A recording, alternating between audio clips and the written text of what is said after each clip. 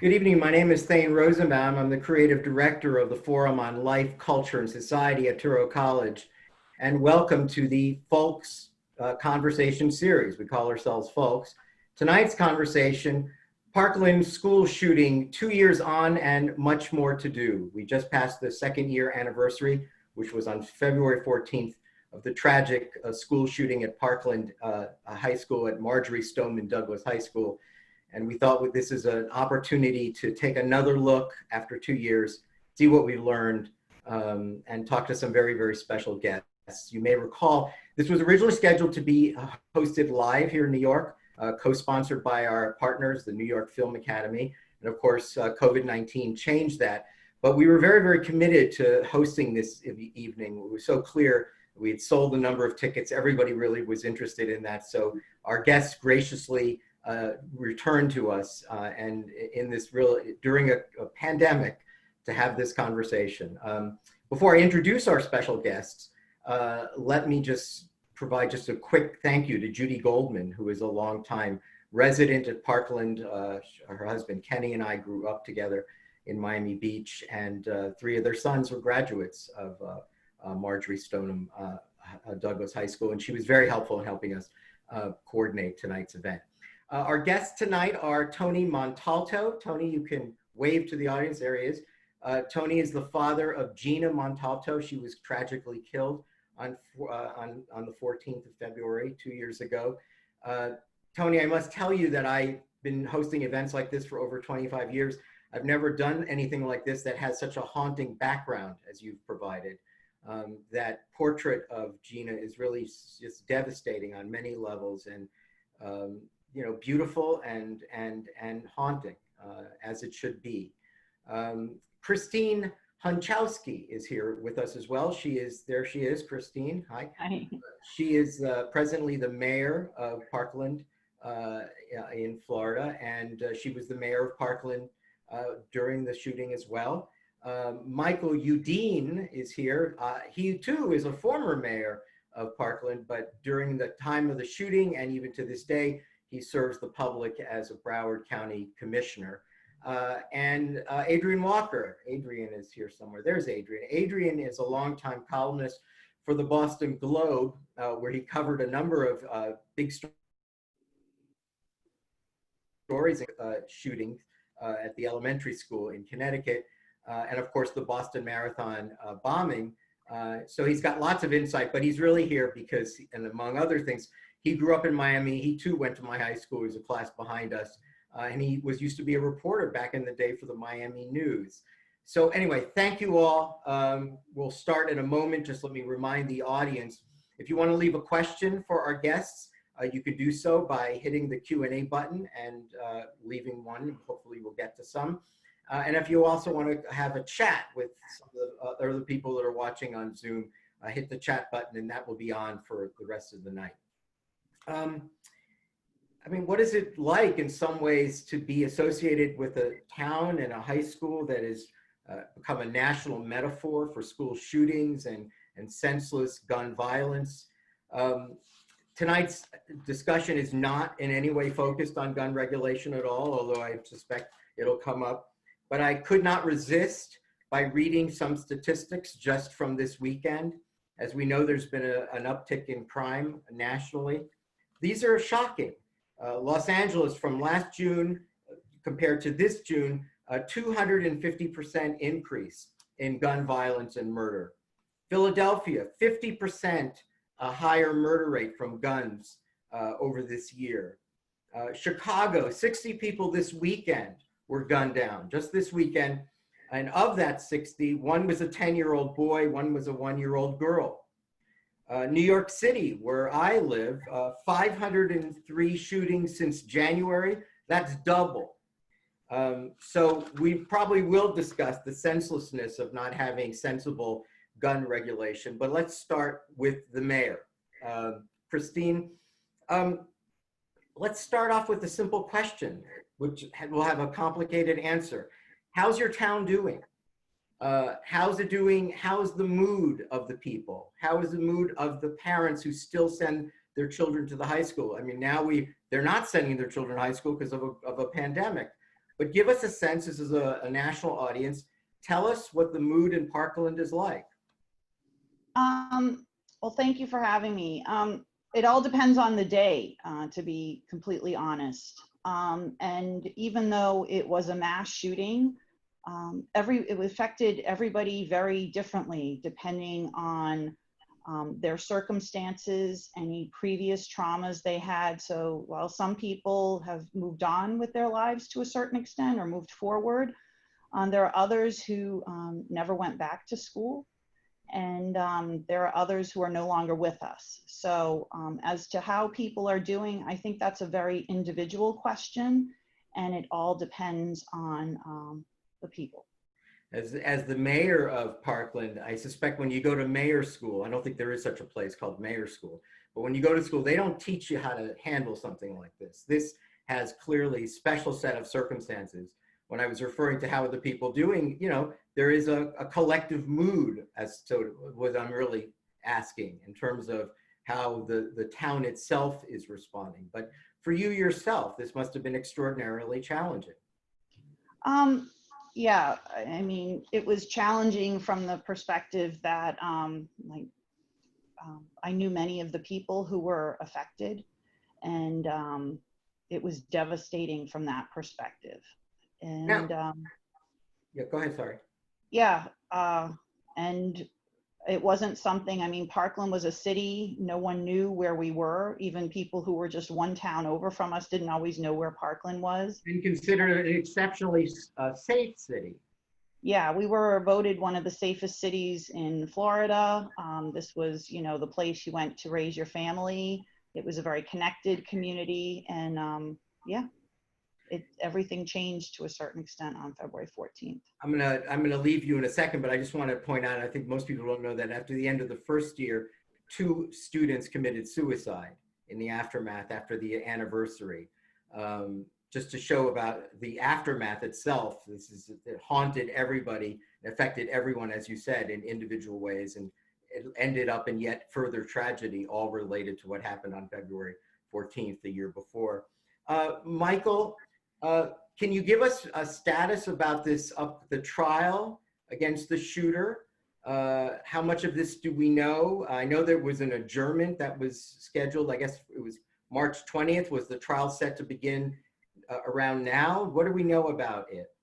Well, I think that the most recent thing was dealing with the pandemic that everyone's under right now, and some of the social distancing thing that has kind of pushed some of the timing back on the trial. So that's another unfortunate vehicle that's causing, like you had mentioned, additional things to the community, to the families, to Northwest Broward, and to Broward in general, causing difficulties in people having to deal with this because there can be no closure, there can be no moving forward in any time. And this is just another example of the families and the victims and the people having to be delayed and justice delayed and having to live through this. And kind of like what Christine had mentioned and what you were bringing up, Parkland and Northwest Broward in general is a very, very small, close-knit community. And the thing about our area is everybody knew somebody that was affected in one way or another, and it was tragic on every level.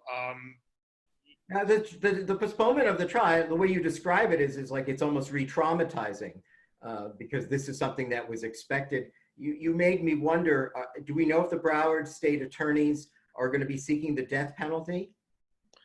As of now, the state attorney has called for the death penalty, and it's a capital murder case, and that's how they're proceeding in the courthouse. Do we know whether there's a sense that the Broward Northwest, that corner of Florida that you were just describing, is actually supports the death penalty in this case? And I ask this very seriously because Adrian Walker, who we may ask later about this question, lived through the Boston Marathon bombing, and Massachusetts is as blue a state as you can get. But they too had to struggle with what to do with the surviving Tsarnaev brother. So I'm wondering what do people think about the death penalty for this type of case?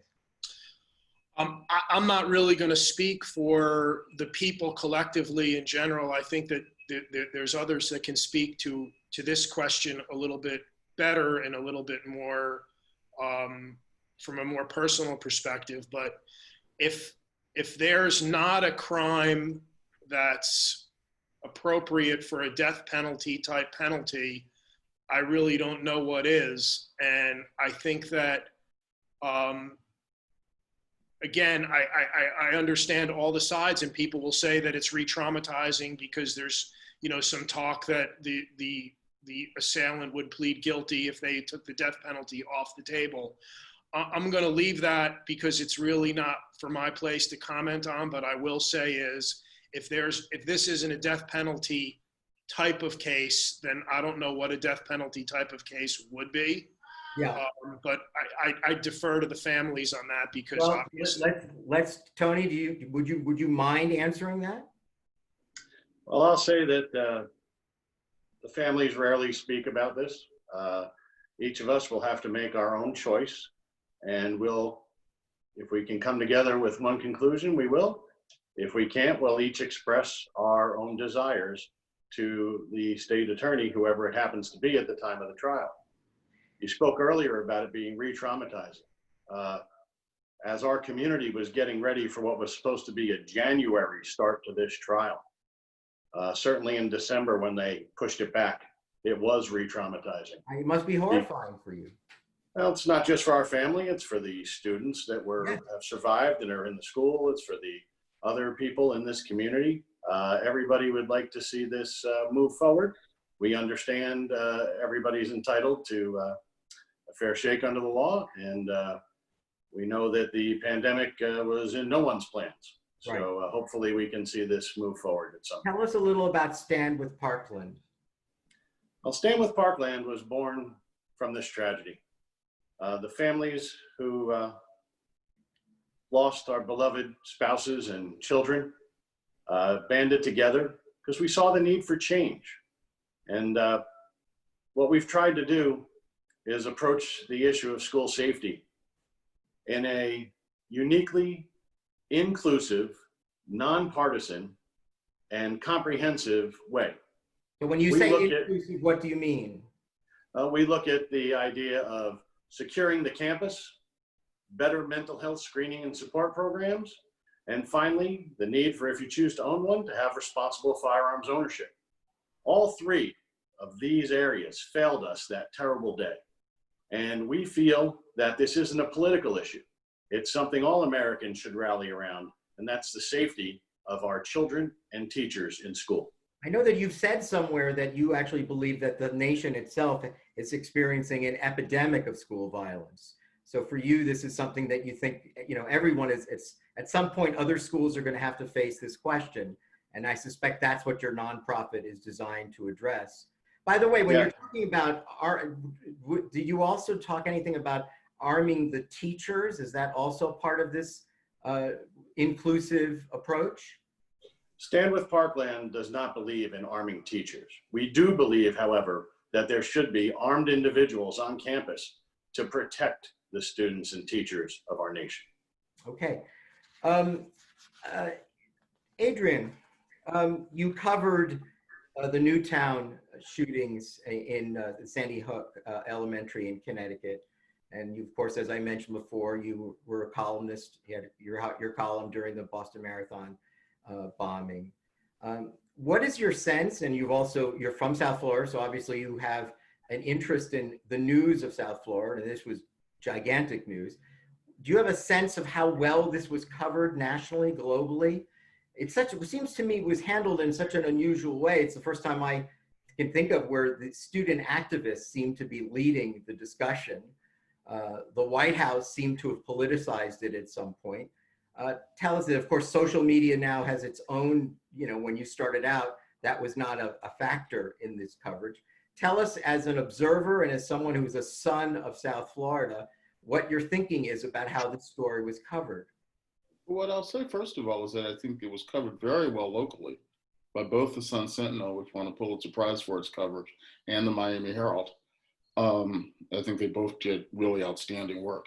I think the national coverage was really good too. And, it really has focused on, to a large degree, the students and the survivors. And I think, the way they handled themselves in the media and the way they advanced, both the way they talked about the pain they were going through, the suffering, and what needed to happen next has really been something stirring to watch to me, both as a journalist and, as you say, as a native of South Florida. Right. I mean, certainly we didn't have any experience with this. This is not what happened in terms of the social activism, student activism, certainly did not take place after Columbine. No. This is a very different, and so for you, that was part of the story and a compelling piece.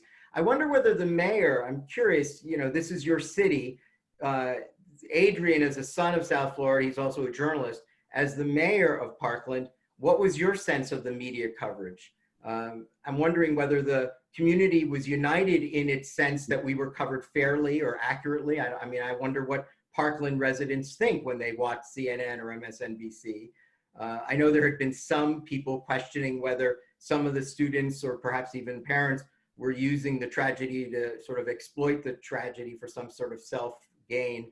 I'm curious, as the mayor, what your sense of the coverage was and how this community was represented in its own feelings about those representations. Yeah, well, just if I could just add on to what Adrian said, my brother, I'm actually originally from Boston, and my brother was actually at the finish line of the Boston Marathon when the bombing happened. Wow. So these acts affect a lot of families multiple times. On the Friday after our shooting, I met Nicole Hockley, whose son Dylan was killed at Sandy Hook. And meeting her was the biggest gift for me personally.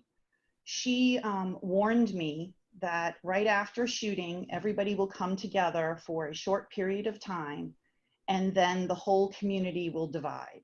And there will be divisions as to who gets more attention, who feels left out, and divisions among every line you could imagine. And she was right? And she was spot on. And since when there are mass shootings in other cities, I contact the mayors and I pass on some of the advice she gave me as well as lessons that I learned.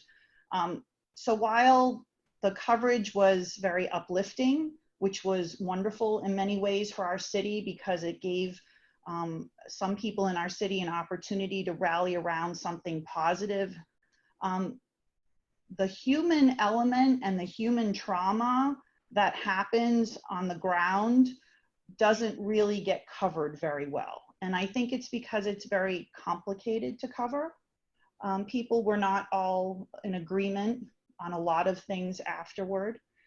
People today still are not all in agreement with a lot of things that happen. Some people experienced more trauma, some people experienced less trauma. And it's like I said before, even though it was a mass shooting, it's a very individual experience. So I do think generally the coverage was pretty good, but it's unless you're on the ground, I don't think you can really, I think it's very difficult to capture. I can understand that. If I can add one thing there, I know you Please, told us to kind of jump in. I think that the local media and the Sun Sentinel and the Miami Herald should be given quite a bit of credit as well for the persistence in the coverage of the aftermath, and most importantly in the idea of accountability. And accountability after this, people can have their own opinions, and like Christine had mentioned, there was a split and there's still a split and people are on different sides. But I think from the beginning, and Adrian will probably agree as a reporter, sometimes people kind of batten down the hatches when something like this happens from a public perception and from public entities. And I think the local media, to their credit, did a good job in tracking down leads, following on stories, and trying to hold people accountable and trying to really try and right the wrongs of what went on there. And we can argue whether they did it or not appropriately, but they did what they needed to do to keep this and the accountability going. And they did it sometimes while the media took a lot of criticism for continuing to coverage in some cases. So can we be more specific? For instance, I was going to ask, but this seems like you've just invited this question. The Broward County Sheriff's Department, the Broward County School Board conducted their own investigations. I've done some reading about them. I know there's been some complaints, maybe what you're describing is the coverage by the local media, that there wasn't great transparency when it came to those investigations. And there was a lot of defensiveness and denial or just omissions of what happened or didn't happen. Are you referring to that or even something else? I think that's a major part of it. I think that, you know, a lot of times when this happens, the different agencies get advised by their lawyers of how to handle certain things. And I knew from the beginning in speaking to some of the people in the area, when some of the commissions were set up, the MSD commissions, when different people and different family members, there was going to be accountability and there was going to be an uncovering of the facts. The families were, they were so passionate, they were so motivated, they came at it from all different angles. Like Tony had mentioned, they weren't even trying to, you know, there were political factions among them, but I knew the one thing that they were all going to coalesce around was accountability. And I think that kept pushing it with the media reports. So Tony, speak to this idea. I mean, this must be among all the crazy making dimensions of what happened 2 years ago. We now, you know, we learned that the mental health of the shooter, the threats that he had been making, there was ample opportunity to have, they had seemingly, the Broward Sheriff's Department, even the FBI of Miami was alerted to his social media postings, to statements that he made to people. I mean, he could not have been more transparent about what he was thinking, and he was clearly unstable. There was a lot of blame to go here, but as a parent, I wonder, you know, the failure of public institutions to protect Gina. Well, they failed to protect all of our sons, daughters, and spouses. It was an incredible amount of failures uncovered by the Marjory Stoneman Douglas Public Safety Commission. There's plenty of blame to go around, from the Broward County School District through the former sheriff, through the Broward County Sheriff's Department, and through the actions that were occurring on the school grounds that very day.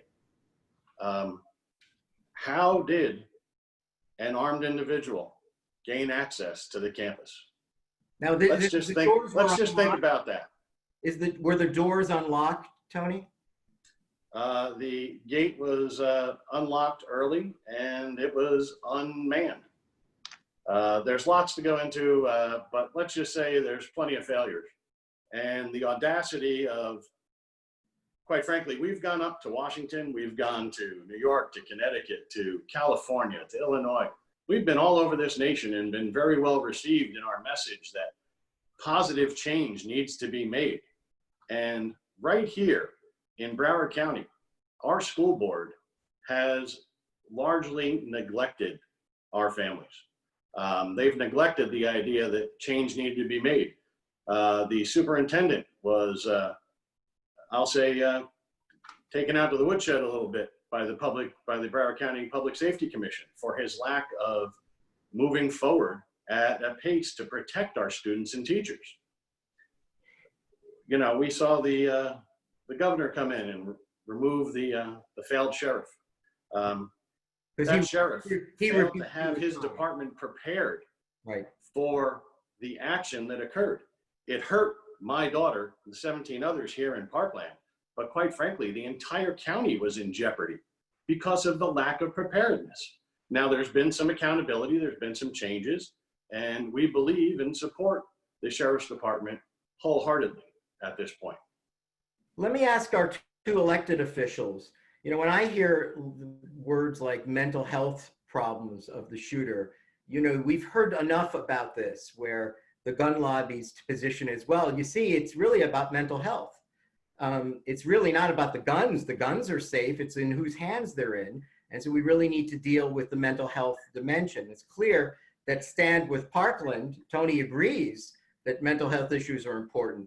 But do you think that this ended up exploiting the argument that this is a person who was troubled in his emotionally, and that's the cause of this? And it's not the fact that he was using a military assault rifle. It's just that he himself he had mental health problems that were either undetected or ignored.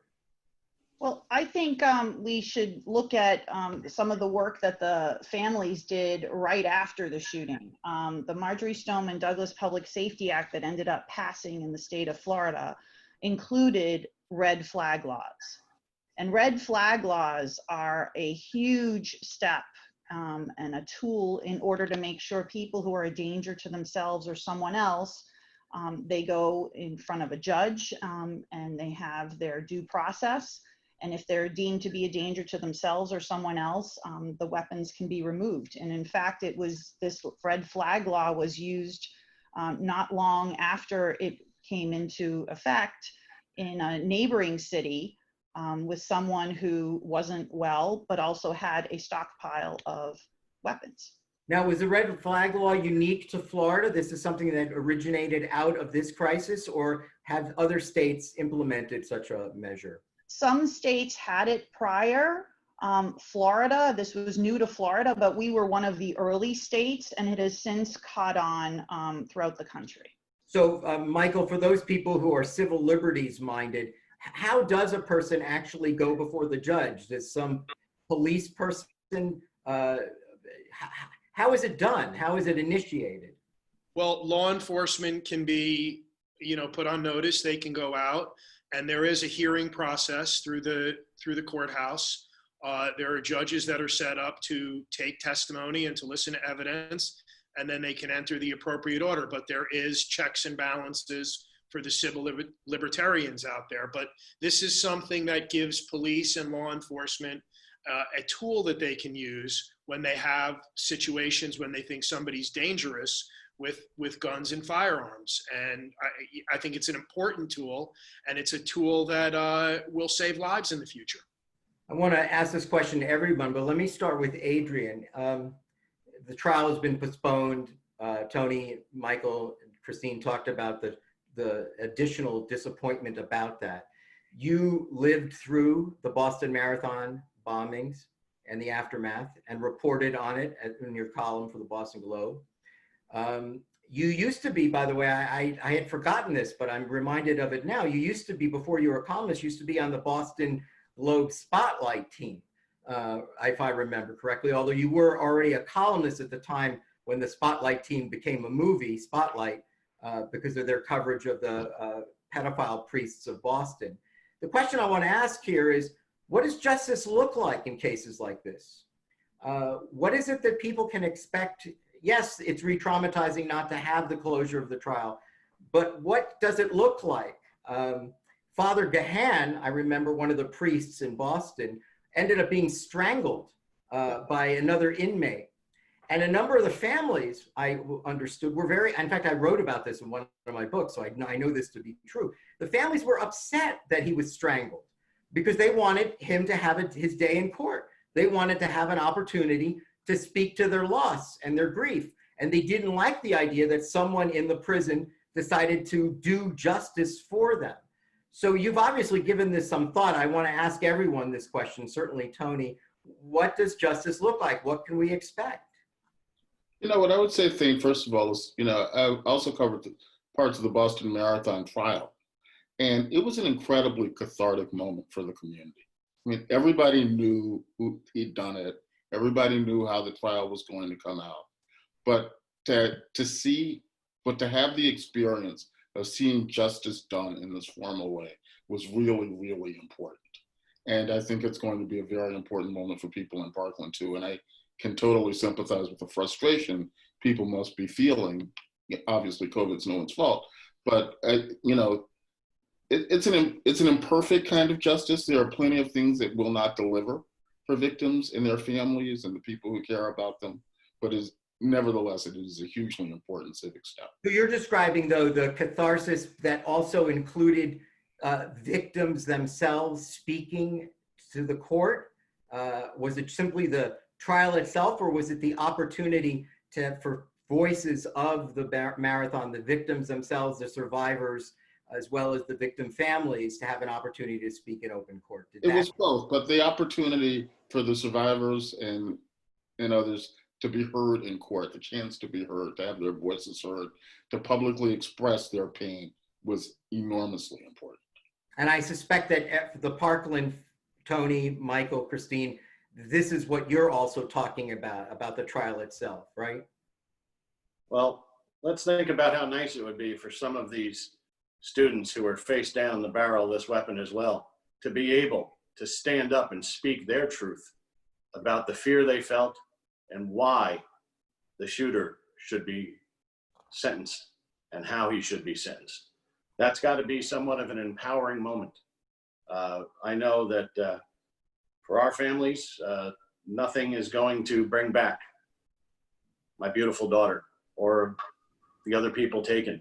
So how much catharsis we feel, I don't know what that'll look like or how it'll be to our families, but I do know that it is an opportunity for others who survived to go out there and speak their truth. Mayor, what do you think about the trial itself? What is it that you think we can come to expect as a community?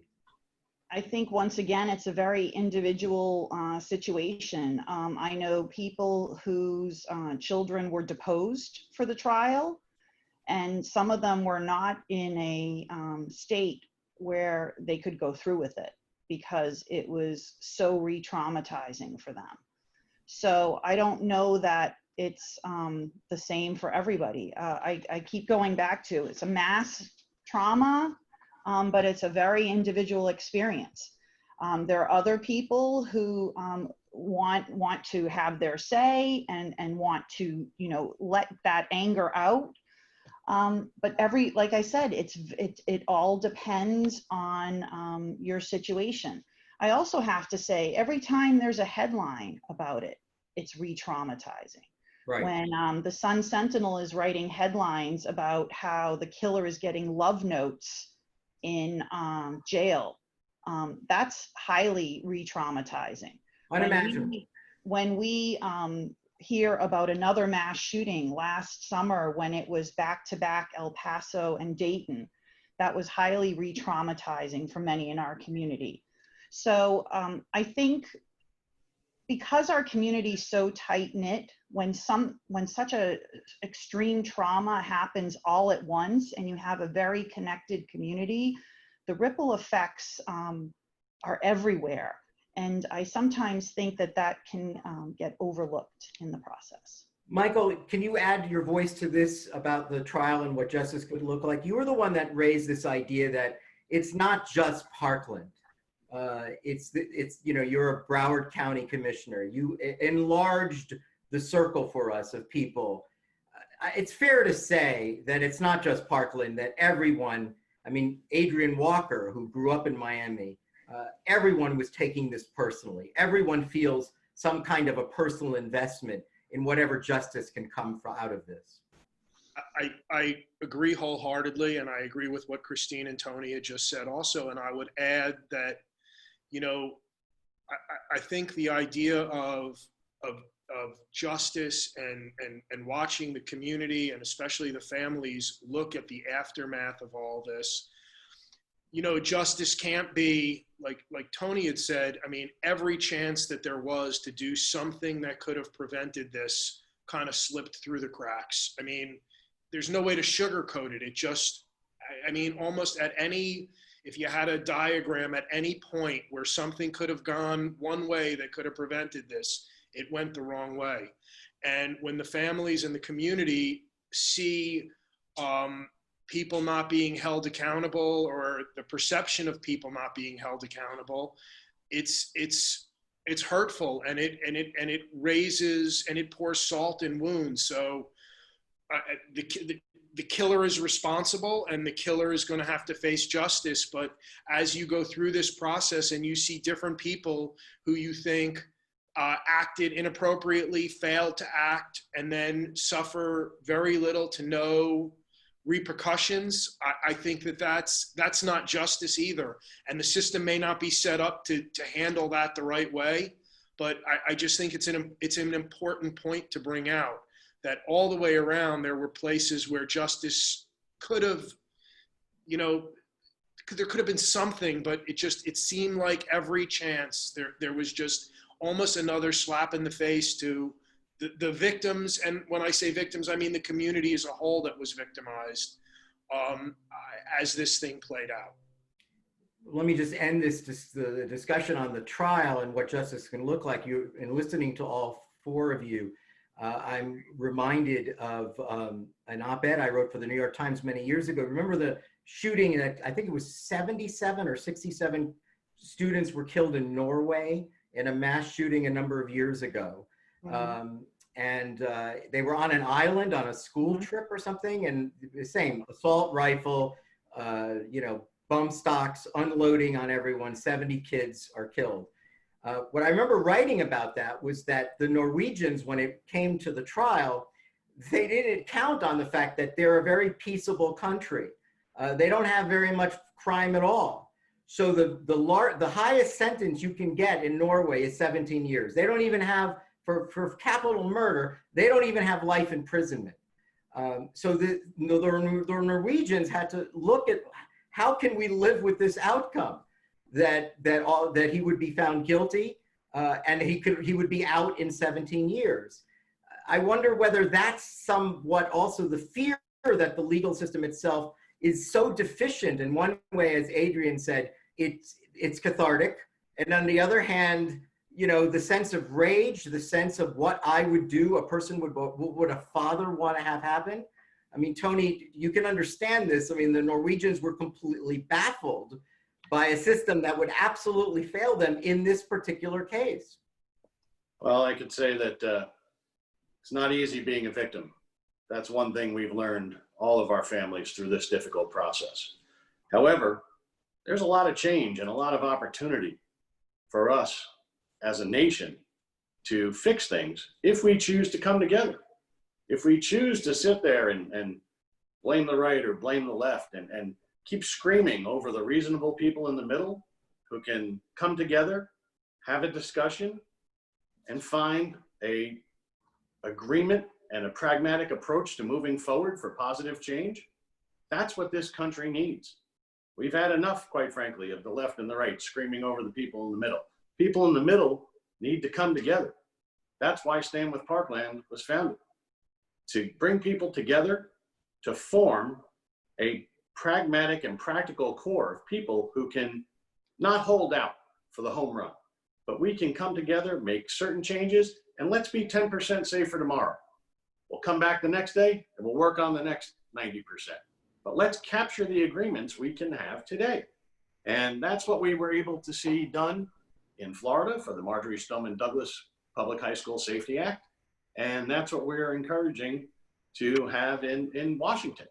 I mean, are the other 16 families united on this? Are they all members of Stand with Parkland? Is this? We were founded by all 17. Some of the more extreme ones have chosen to leave, but extreme again, in the middle. I'm sorry, Tony. Extreme because they don't think this goes far enough for what to them the inclusiveness is not. Correct. On both the left and the right, they don't believe we're moving far enough in each direction. I see. But that's not why we came together. We came together to, again, energize that middle, to be the voice of people. That's why at standwithparkland.org, we don't talk about parties. We don't talk about candidates. We talk about ideas. We're focused on issues, answers, and families. And that's the message, that we use the pain of what we suffered. We use that pain when we talk to our elected leaders to make them realize that this isn't a hypothetical situation. We're living it. When you talk about, when some people talk about the rights of this person or the rights of that person, I ask them, what about the rights of my daughter? The 16 other people who were taken that day, the teachers who just went to work, the innocent students. What about their rights? What about the rights of the surviving families, right? We all have rights. We all need to come together as an American family and find solutions to this. Christine had talked about the importance of the extreme risk protection or red flag laws. There were only 5 in the country before this. And since then, over 20% of our states have passed it.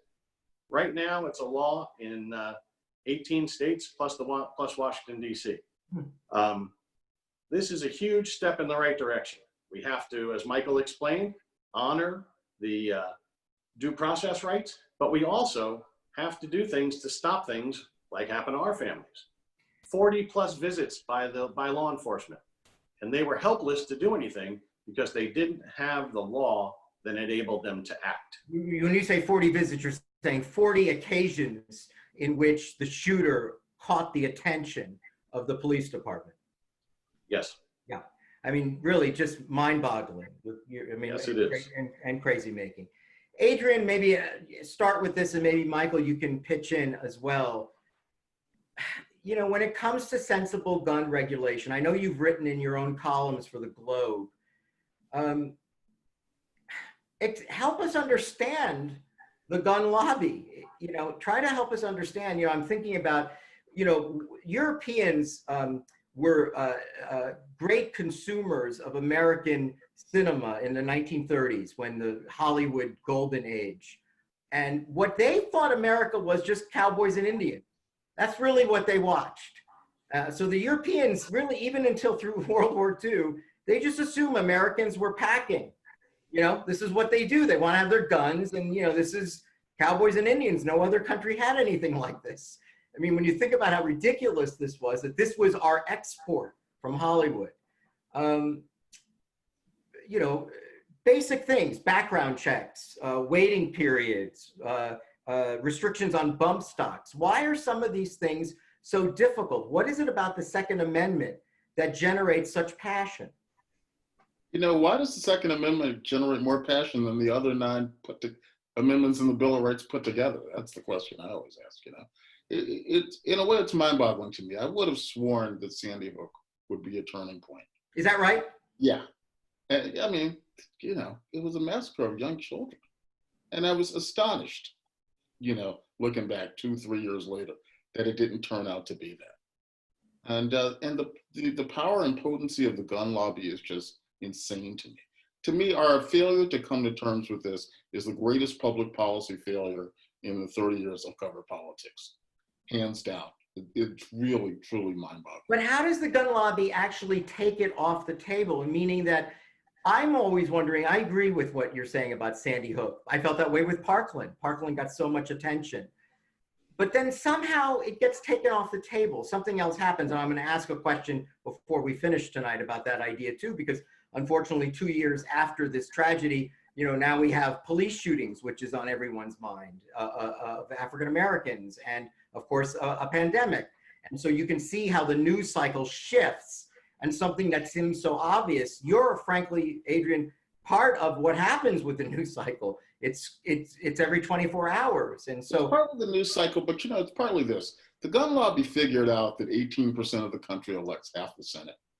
They figured out how easy it is, relatively speaking, to have real clout in Washington. They figured out that you don't have to have half the country behind you. You can have a third of the country behind you and kill things. And that is exactly what they have done. So what you're saying is an incredible disproportionate power way beyond their numbers, because they're just involved in this one issue, and they're involved in electing. The assault weapons ban. We had an assault weapons ban during which you didn't see school massacres. And when it expired, they couldn't reimpose it. They can never get the votes to reimpose it. I mean, I think that's a classic example of the failure. It's really a failure of our political leaders and an indictment of their incredible timidity. Well, that's why I want to ask Michael to jump in too, because this is a political matter. Why is it that political leaders, I'm not talking about the Broward County Commission, but I am talking about people who are beholden to taxpayers. They have to run for office. This is what you do, Michael. Help us understand this, because for the life of me, I don't understand why military-styled weapons need to be in the hands of civilians. We've seen this in Aurora, Colorado. The worst of the worst is always, because if it's an AR-15, it's always that weapon. Why is that weapon being used by someone who wants to go to a shopping mall and kill people? And why is it that we can't at least even make the sensible gun regulation tighter restrictions on at least weapons that have absolutely no business of being in the public square? It's a great question. It's you know, there seems to be things that people should be able to agree on pretty easily. Universal background checks. The idea of forgetting about what the weapon is for a second, safe storage of weapons that you have. I mean, that shouldn't, I mean, people that are pro 2A, anti 2A, Second Amendment, they should all want to have safe storage of your weapons. We're seeing things now where people are leaving, you know, weapons in a car, and then a car is getting stolen with a gun in there. So locking up weapons, universal background checks, and then, you know, people that are using military style weapons to hunt innocent children in schoolhouses. I mean, I don't see where there would be a need for that. And I think that we really need to get tougher on those kind of regulations. And I think that what Tony mentioned with Stand with Parkland, I think that in many cases, both sides try to throw all that into the mix to make people take their eyes off of the real issues on certain tragedies. Parkland and Stoneman Douglas could be more classified as a school safety issue. There could have been things done from the school safety point of view, regardless of the weapon at first, that could have been handled. And I think that's why it's important for groups like Tony's and Stand with Parkland that are trying to take the politics out of it. I mean, who's not for safe schools and things that we could do to make our schools safer? Let's come together and agree on that and take a base hit if you can't get a home run, and let's move the ball down the field. And that's why I commend, groups like Tony's, groups that are taking this from a position where we can get to some kind of an agreement. And you can see with Stand with Parkland and some of these other groups, it's working. I mean, you have people on extremes that are with Stand with Parkland, and they've gotten them to coalesce around a middle ground that's been able to move the ball forward in Florida. And for that, parents and students of Florida should be grateful for what they're doing. We had a bill signing today by the governor, which one of the Stand with Parkland members, with panic alarms in schools. Things that seem to you and I and to everybody on this call that would be obvious. Those are the things, that's the low-hanging fruit. We need to get together on that and make those things happen. Christine, I'm going to come to you with a question in a second, but just so our folks audience realizes, everything that we just heard sounds absurd. But I suspect that if you spoke to a gun lobby person, a pro Second Amendment person, they would tell you this is this endless nonsense of the slippery slope. If you were to ban an assault rifle in the United States, the next thing will happen, I guarantee you, they'll take my deer hunting rifle away. This argument is what you keep hearing, the absurdity of it. By the way, I just wrote a book on the First Amendment that has a similar argument, which is if you don't let Nazis march, the next thing you know, you won't let people protest the government. This is a strategy of attacking these reforms by saying, look, we have no way to know. This is going to slip down a mountain, and the next thing you know, Big Brother's going to take away every single weapon I have. So that's the reason, just so we can be clear what it is that this argument, because everyone's saying it's so sensible, it's so obvious. Christine, I'm wondering, now that we've passed the 2-year threshold, 2 years is significant, right, up to a large degree. It's maybe Adrian will weigh in about the Boston Marathon bombing 2 years later. What was it like? Is there any perspective, any hindsight? Is there anything, as the mayor of Parkland, as someone who's speaks to Parkland residents every day, that we've learned something that's come out of this 2 years later that gives us a very different perspective? One is for sure is what Tony's done and what other parents have done to actually create reforms that might save the lives of other children and students. But can you give us some other sense of the perspective that we've learned in having 2 years of hindsight? Yeah, 2 years of hindsight. It's been a very difficult time in the last 2 years. People like Tony and his wife Jen and the families, the work they've done has been inspirational to everyone in our community. The fact that they're able to not only get up every day after having experienced the tragedy that they experienced, but not only getting up, but finding it within them to fight to make a difference is huge. But 2 years later, everyone who was in the school that day, everyone who was in our community and the neighboring communities that day, still takes that with them. And I think one of the things that maybe many of the family members and also many of the survivors are concerned about is that the people we lost will be forgotten.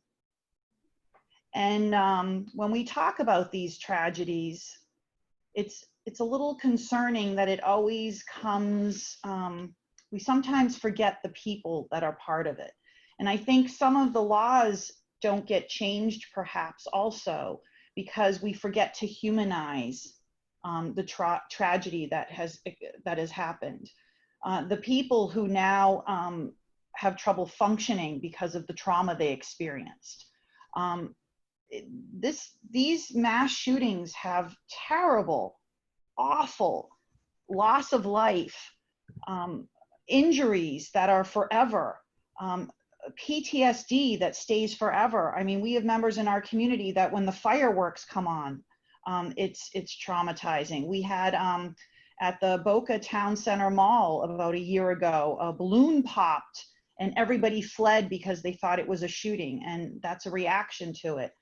So 2 years later, while much of the world moves on, many of the people, especially the families who were directly impacted, life is never the same again. And if I could just go back to what you were talking about, the slippery slope before, I mean, universal background checks have pretty much a 90+% approval rating. And yet for some reason, that can't even happen. When I talked about the red flag laws earlier, without having universal background checks, you can't see if someone has a red flag on their record. Right. So I think what Tony talks about is what makes sense. And I wish the work that he and the families are doing would kind of get looked at a little more as something positive to be happening in the aftermath. They're trying to remind people of the things that we agree on. They're trying to remind people of the things that we connect with and to work forward in that way. And that's the only way, when there's a will, a collective will to make a difference, that anything will happen. And to have wonderful ambassadors like Tony, who goes out and tells his story, talks about Gina and explains why this is important, because he doesn't want this to happen to anyone else's family. You can't hear these stories and walk away and not be affected. And so I think there needs to be more attention to the work done by families from across the country who've been doing this, who have experienced tragedy, whether it be urban gun violence, mass shooting, or whatever that may be. Tony, the burden of being a Parkland parent of a victim, I suspect the town itself, Parkland, you know, to some degree, at least over the last few years, sort of synonymous with this horrific school shooting. But as a parent of a victim, I was listening to what Christine said about the memorialization process. Can you talk a little about that? What steps have been taken by Parkland, by the school, to memorialize Gina's killing? I suspect that, you know, look, given what you've dedicated yourself to doing now, the fact that your daughter's portrait is behind you right now, you know, you're all in. You're all in on this topic. But it must be, you know, it's a heavy burden to be the parent who feels an obligation to keep my daughter's memory alive, and here are the ways that I'm going to do it. That's true. But you know, I'm here today, but I'm here representing the other families as well. Let's be clear. they've all done amazing things in honor of their children. And by banding together to try and keep people out of this horrible, horrible club we're in, I'm amazed at the work they do, at the work we're able to accomplish. But again, we have to remember that despite all the time we spend trying to make things positive, trying to make the positive change, we can never forget, as Christine mentioned, the reason we do this. And we're proud of the resilience of our community, and they've been very supportive of most of our families. And we just ask that one day a year on the commemoration date, that everybody just pause, to be a little kinder, to be a little more caring, and to remember not only the children that were taken that day, but the adults. The people who lost their spouses in our group truly suffer as much as the people who lost their children. So we ask that all 17 victims are remembered, at least on that day. And if we can all come together and try and make some positive change for the better, we can do it. We don't need to hold out. You know, you're not going to change the mind of the guy who sleeps with the AR-15 under his pillow. You're not going to change the mind of somebody who wants to melt them down and turn them into Monopoly pieces. But let's have discussion. Let's try and find that compromise, that pragmatic approach where we can all move forward just a little bit. We're going to come back and talk about those assault weapon bans, but that might not be where we could start today. So let's stop looking at what we can't agree on and start looking what we can agree on. It's the only way we're going to have a positive change in this country. The memorialization process, there's a new building, Mayor. There's be a new building? Is it the entire school? Is there a memorial that's been built? Let our audience know, because most people have never been to Parkland. So tell us what they would see if they came there now. Everything pretty much looks the same to a certain extent. Part of the Marjory Stoneman Douglas Public Safety Act allocated money to take down the building, the main building where the shooting took place, and build a new one. That new one is being built, but the old one still remains. And there is a memorial committee. Tony represents the families on that memorial committee, and they are working on a location and what the memorial would look like. Adrian, speaking of memorials, maybe you could speak a little about your experience in Boston, and then maybe you can speak to this other idea, which hopefully our other guests can respond to, which is that 2 years is not a very long time. It's pretty raw, I would think, for everyone who lives in Parkland. But, you know, the news cycle moves. That's your business. And look at the large stories that have happened since then. Look at the last 3 months, the stories that have captured the public's imagination. Do we have concerns like, you know, in Boston, do people have short-term memories, right? People don't seem to remember anything anymore. I live in New York City, and honestly, the 9/11 memorial is, I can see it from my window when I'm looking at it, but you know, it's not on everyone's mind. Is this something that families, survivors, politicians, political leaders from these communities worry about, that memories will fade, and that as these events become more distant, we can't expect to hold the public's attention? I think absolutely is something people worry about. I mean, here in Boston, every April 15th, there's an outpouring about the Boston Marathon, but you know, and there's a moment of silence at 2:47, which is when the first explosion went off. But there's less and less, as you would expect, in between it, and because things just come at people at such incredible velocity every day. So how to make memorial, how to keep these memories alive is absolutely a huge concern. What about our Parkland guests? I mean, is this something when there was a pandemic around the same time as the anniversary date. You know, the reason we didn't get to do this live was because we were interrupted by the pandemic. You dedicated so much of your life, so much of your inner selves are invested in this memorialization process. you're focused on making sure that some constructive, meaningful changes can take place. Do news events frighten you in the sense that people will just forget? I wonder about the families in Newtown, Connecticut. What do they think? I personally, for me, it's just important that the 17 individuals who were taken that day, the children, the spouses, that they are always remembered. That's important. Let me just take one question. Michael, did you want to add something to that? You had something. I agree with that too. I mean, we had 17 tragic lives lost. We had 17 people injured. And now when and then we had groups of people that worked, Ryan Petty, Max Schachter, Tony, and different groups, family members. Lori put a police officer in every school. And that's now part of, Florida law to have those police officers in the school. And then we look at what's going on in the news right now, and there are people now that are pushing back against some of those basic ideas that came out of a lot of the hard work that went in by a lot of the groups that looked at this. And I think that goes with the memorialization and with never forgetting. And I just think that the current events of the time can't outweigh things that we saw with our own eyes and that we felt in a community. And that's another way to memorialize, by remembering and trying to do the right thing. Let me ask you can take one question from the audience and we'll say goodnight with some closing remarks.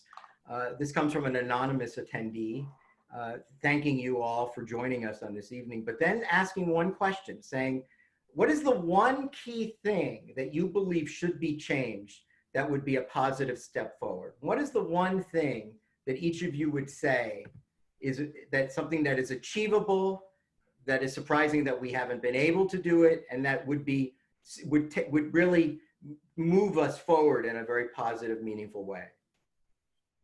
Let's start with Tony. Well, we want to prevent these from happening again. Stand with Parkland traveled the country last winter as we spoke with the U.S. Secret Service and the National Threat Assessment Center as they presented their first report, or their latest report, I should say, on protecting America's schools. And as they presented the studies over a 10-year period, the one thing that can help all of our nation's students is the creation and having a mandatory behavioral threat assessment team in each school. These threat assessment teams bring together law enforcement, school officials, and mental health professionals. They're not designed to incarcerate anybody. They're not designed to punish anybody. What they are designed to do is to take a look at the behavior of the student. If the student's behavior warrants, let's get them the help they need before they resort to violence and hurt themselves or others. Michael, what do you think? One thing. I would add that exactly what Tony said. I think that the common theme on a lot of these school shootings and a lot of this mass violence is, after it happens, there's always, or in many cases, there's the threat. When you look back at the past, at social media chatter, at behaviors of some of the perpetrators in these things, there was always quite a bit of background clues and noise that if someone got in earlier, the outcome could have been a lot different. And I think Tony hit the nail right on the head. People can talk about all these different how to get it done, but there's an underlying thought process there that I think is being put out with bullying and with cyberbullying and with social media. And I think the evidence is there. We just have to do a better job finding it. And then we have to get out of our silos. So the school needs to speak to the police, and the police need to speak to the mental health people, because everyone puts different things in different silos, and they were very difficult to break through, and that was a big part of the Mayor, one key thing. Thanks, Michael. Mayor, yeah.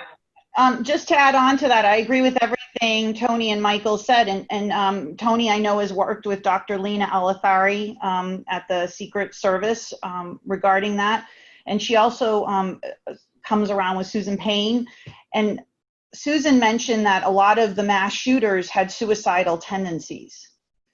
And it's important to build these cultures of connections in companies, in communities, and in the schools, so that when someone is struggling and there is something going on, someone will notice it. A teacher, a coach, one of the guidance counselors, and then that's where this behavioral threat assessment comes in, where a team comes together to say, how do we support this person because we're noticing something's going on here? And that's not even just for a mass shooter. This is also, I think we need this overall more in our schools, that we need these supports early on to help our students and our children, learn, get the skills they need and the support they need in order to get through this. Adrian, I'll give you the last word on this question. One thing that you would like to see. I agree with everything everyone else on the panel has said, but the one thing I would add to it is universal background checks. That to me is the easy thing that I can't believe we can't get done. Agreed. This was a very quick, stimulating, illuminating hour. We could have done this for many more hours, and I would still have ended by saying there are no words. There simply are no words. There are no words to describe what this must feel like for Tony and the families of the other victims. This is what it means when an event is unspeakable or unimaginable. It's very hard to find the words to actually. I really applaud all of the courage of the families, for sure, Tony. You can't help but applaud their courage and fortitude. And of course, our elected leaders of Broward who, have kept the public attention. And of course, as I love that Adrian singled out his colleagues from other newspapers that stayed with the story. So I want to thank all of you. Before we say goodnight, let me just run through some of our upcoming events for our audience. We have a big summer ahead. We did not shut down after the pandemic. We in fact ramped up as a public service, and we aren't even charging. So now's a good time to donate to FOLCS.org. And if you're not familiar with our programming, put your name in on the website at FOLCS.org, because we've got a bunch of programs coming up this summer that are phenomenal. We'll run through them now really quickly. Shervin, you got them? Next week, provided the Supreme Court actually finishes in time, July 8th, we have our phenomenally successful program every year, Law of the Land, the Supreme Court's Year in Review. It's for a general audience. We basically tell you what the Supreme Court did this year. And this is an unusual year because they didn't actually have oral argument live. They did it over the telephone. Our guests this year are Adam Liptak from the New York Times, Dahlia Lithwick from Slate, Lisa Green from MSNBC, and Tiffany Graham from the Turo Law Center. Next, what do we got? That's July 8th. July 19th, that's Israel's former Justice Minister, Ayelet Shaked, will be with us on Sunday afternoon for a conversation. What's next? July 20th, I think. Oh, our Conversations in Essential Cinema. Yes, this series we just started. This is our third one. We're doing The Graduate on July 20th. That's William Fichtner, who you've seen from, Crash, Armageddon, Black Hawk Down, Perfect Storm, and he's even on that hit television show on CBS Mom. That's William Fichtner. That's the 20th of July. What else do we have? July 28th, speaking of South Florida and Palm Beach and West Palm Beach, we're having a conversation on the Jeffrey Epstein case. There's a film on Netflix that's covering that, a documentary. We'll have that director along with other guests. What else? No, I thought, do we still have the Margarita La Viva thing? No, I guess not. Margarita La Viva will be here on August 2nd for another Conversations on Essential Cinema for Dr. Zhivago. And on August 26th, Conversations on Essential Cinema with Casablanca. Yes, that's the Sharon Stone. She'll be with us on August 26th. Can you think of anyone else that would have more insight on Casablanca than Sharon Stone? And of course, the International Short Film Competition, there it is. We've been announcing it. It's every year. It culminates in the FOLCS Awards Night. Filmmakers from all over the world submit films to us on themes of social justice and law, and we literally from all over the world. And it's a fun night, and so we have a red carpet. We hand out the FOLCS Award. So if you know anyone who's a filmmaker, have them submit the film. I want to thank Adrian and Christine and Michael and Tony, of course. Really, thank you. It was an incredibly important conversation, truly one for the archives. And you know, we're here for you at FOLCS. If you want to talk about this issue again, we'll do this again. This is important enough to do again. Until next time, I'm Thane Rosenbaum for FOLCS, and join us next week for the Supreme Court Year in Review. Thank you all. Good night, everyone. Thanks.